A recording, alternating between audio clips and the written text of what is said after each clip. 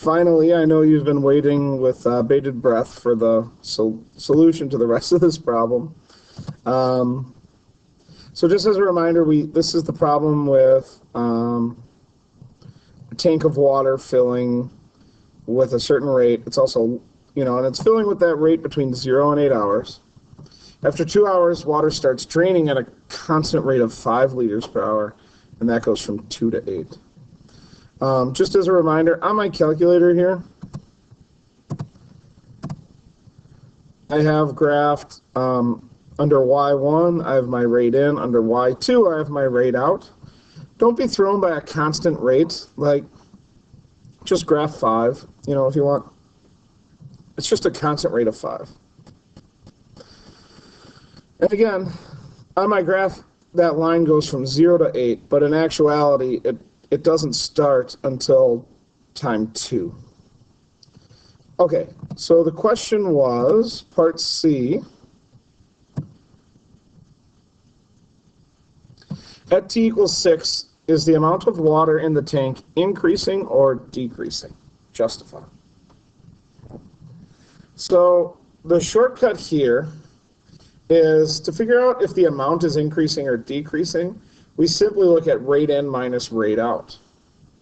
Now we know the rate out is 5, but the rate in is different depending on what the time is. So t equals 6 is important for that. Let me just show you where we always get that rate in, rate out from, however. It'll help us in our next problem as well. Okay, so what we want to do is we want to write an equation that's going to model the amount of water in the tank. Okay, the amount in the tank always depends on initial condition plus the integral of the rate in minus the integral of the rate out. So I usually use capital A for amount. You don't have to. But A of t equals the initial condition, which I don't remember what that was, but I labeled it, I think, up here. The initial condition is 60. The reason I label those things early is because we're always looking back to them, and it just makes it faster to find.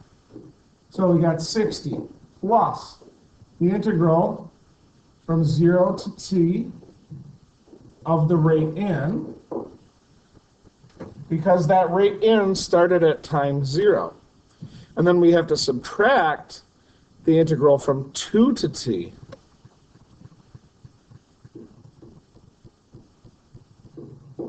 Of the rate out, which is simply 5. I need a little dt in there. So this is our amount of water. 60 plus the rate in, which starts at 0, minus the rate out, which doesn't start till 2. So what I want to do right now is get an expression for the rate of change of A, right? Because that's the question. The question says at t equals 6, is the amount of water in the tank increasing or decreasing?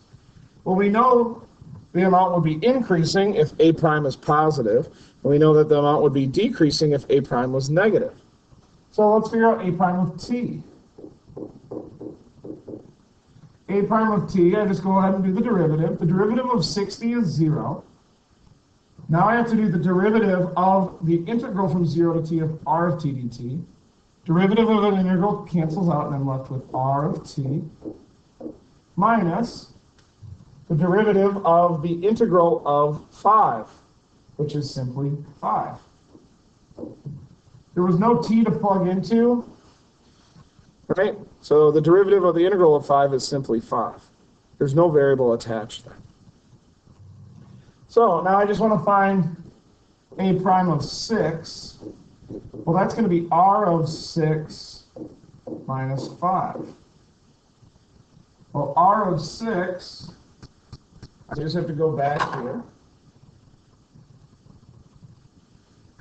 For r of 6, I'm just going to go back to my graph and trace on y1, because that's r. I'm going to trace 6. I get that answer of 8.701, 8527. I'm going to go ahead and write down all of those digits. I'm going to copy them down onto my work.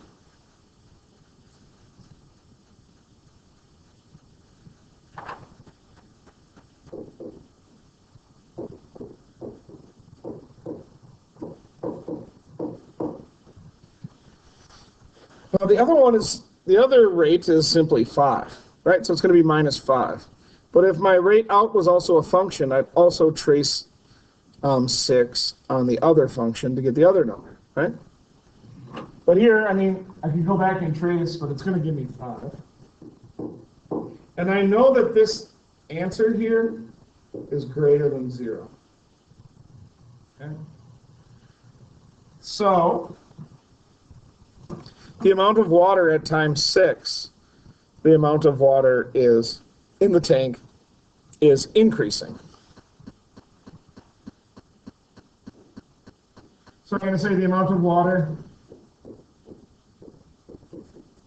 in tank is increasing. My justification, because R of 6 minus 5 is greater than 0. Okay. In fact, when we take a look back at our graph, the amount of water in the tank is always increasing until that R of t line drops below the 5 line. So like, the amount of water in the tank is ever increasing until I get to this point right here. From this point on, the amount of water in the tank is going to be decreasing because now my rate out is higher than my rate in. But for all these places back here, rate in is bigger than rate out. So it's going to be, the amount of water is going to be increasing. Good. All right, let's look at part D. Part D says, what is the maximum amount of water in the tank during the first 8 hours? Okay. So anytime they want you to find the maximum value or the minimum value, we have to understand what we need to check. We need to check the amount of water at the end points and the amount of water at any critical points. So here's what we have. Absolute maxes and absolute mins, they only occur at end points and critical points. Right, there are infinitely many points in between 0 and 8. I only have to check all my endpoints and critical points. And I'm going to check them, right, because it's the amount of water. So I already have my amount of water equation. It's 60 plus the integral from 0 to t of r of t dt minus the integral, here's where you need to be careful, 2 to t. We don't start draining the water until 2 hours after the beginning time. So this integral has to start from 2 to t. If it also started right at the beginning, then that would also be 0 to t. And my rate out is simply 5. It's just a constant rate. Okay. So here's what I need to do. I need to make a chart.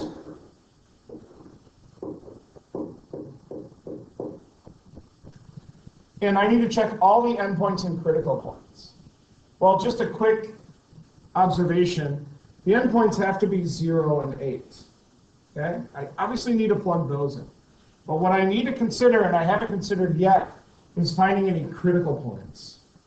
Well, critical points are when the derivative equals 0. That's a definition that we all have to know. So let's take the derivative. We just did this in part C, but the derivative here is r of t minus 5, and I want to set that equal to 0. So that's the definition of a critical point. Then I just want to figure out at what time these two functions equal each other. So here's what I'm going to do. I'm going to go back to my calculator, look at my graph, and I want to figure out when these two rates are equal. Well, they are equal only once at that intersection point.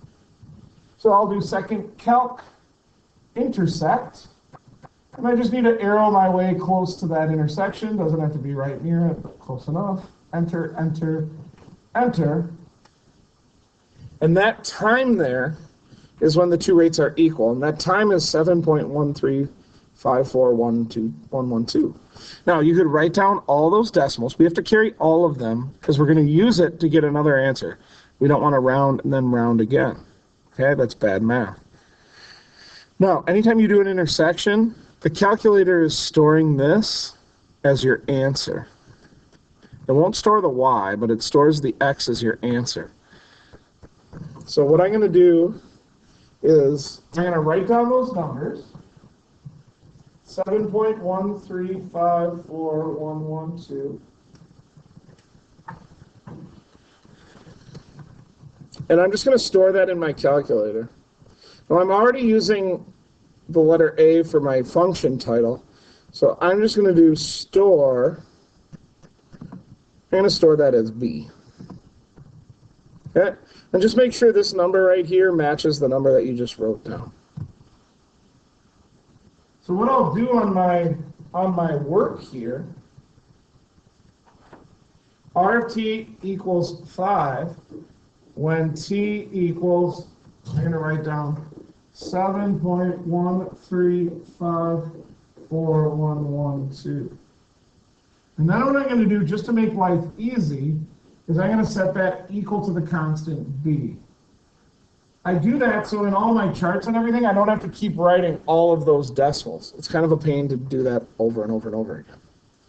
But if you're going to use a letter, you have in the scoring region, you have to state that equivalency. Okay?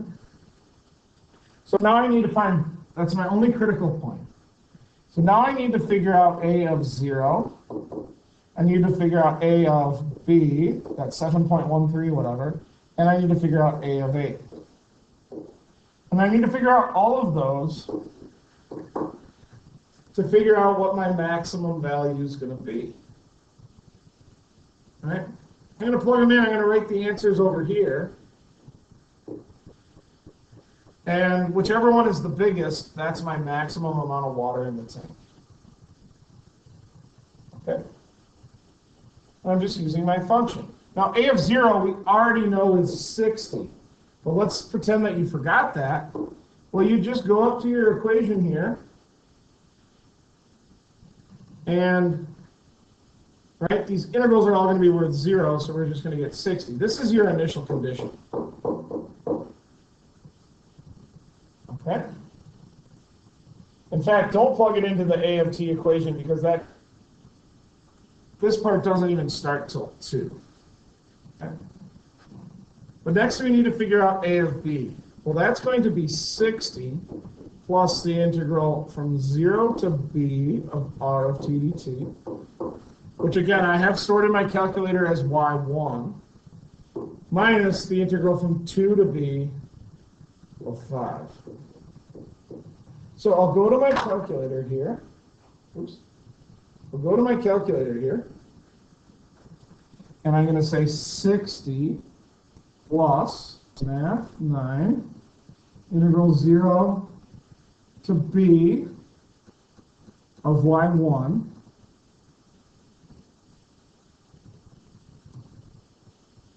minus math 9 integral 2 to b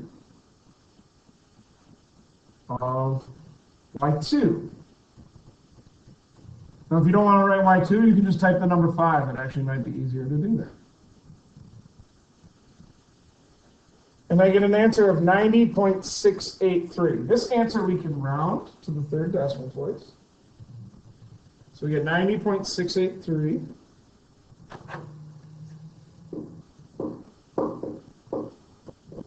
So there's that many liters or whatever, gallon, I can't remember the unit in the tank. Now I need to do the same thing, but for 8 instead of B. Now, here's a little trick that will make life easier. Instead of retyping all that stuff again, I'm just going to go up and highlight what I entered before and change all the B's to 8s. Everything else is the same. So that's an 8.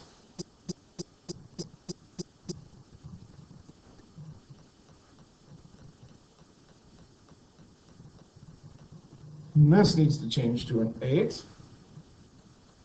And now I'll hit enter.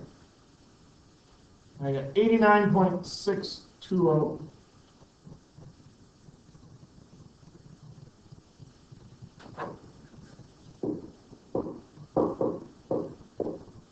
So Now I just have to ask myself, am I supposed to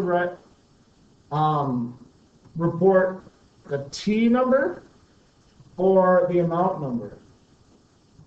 The question is, what is the maximum amount of water? This is my maximum amount of water. Max amount of water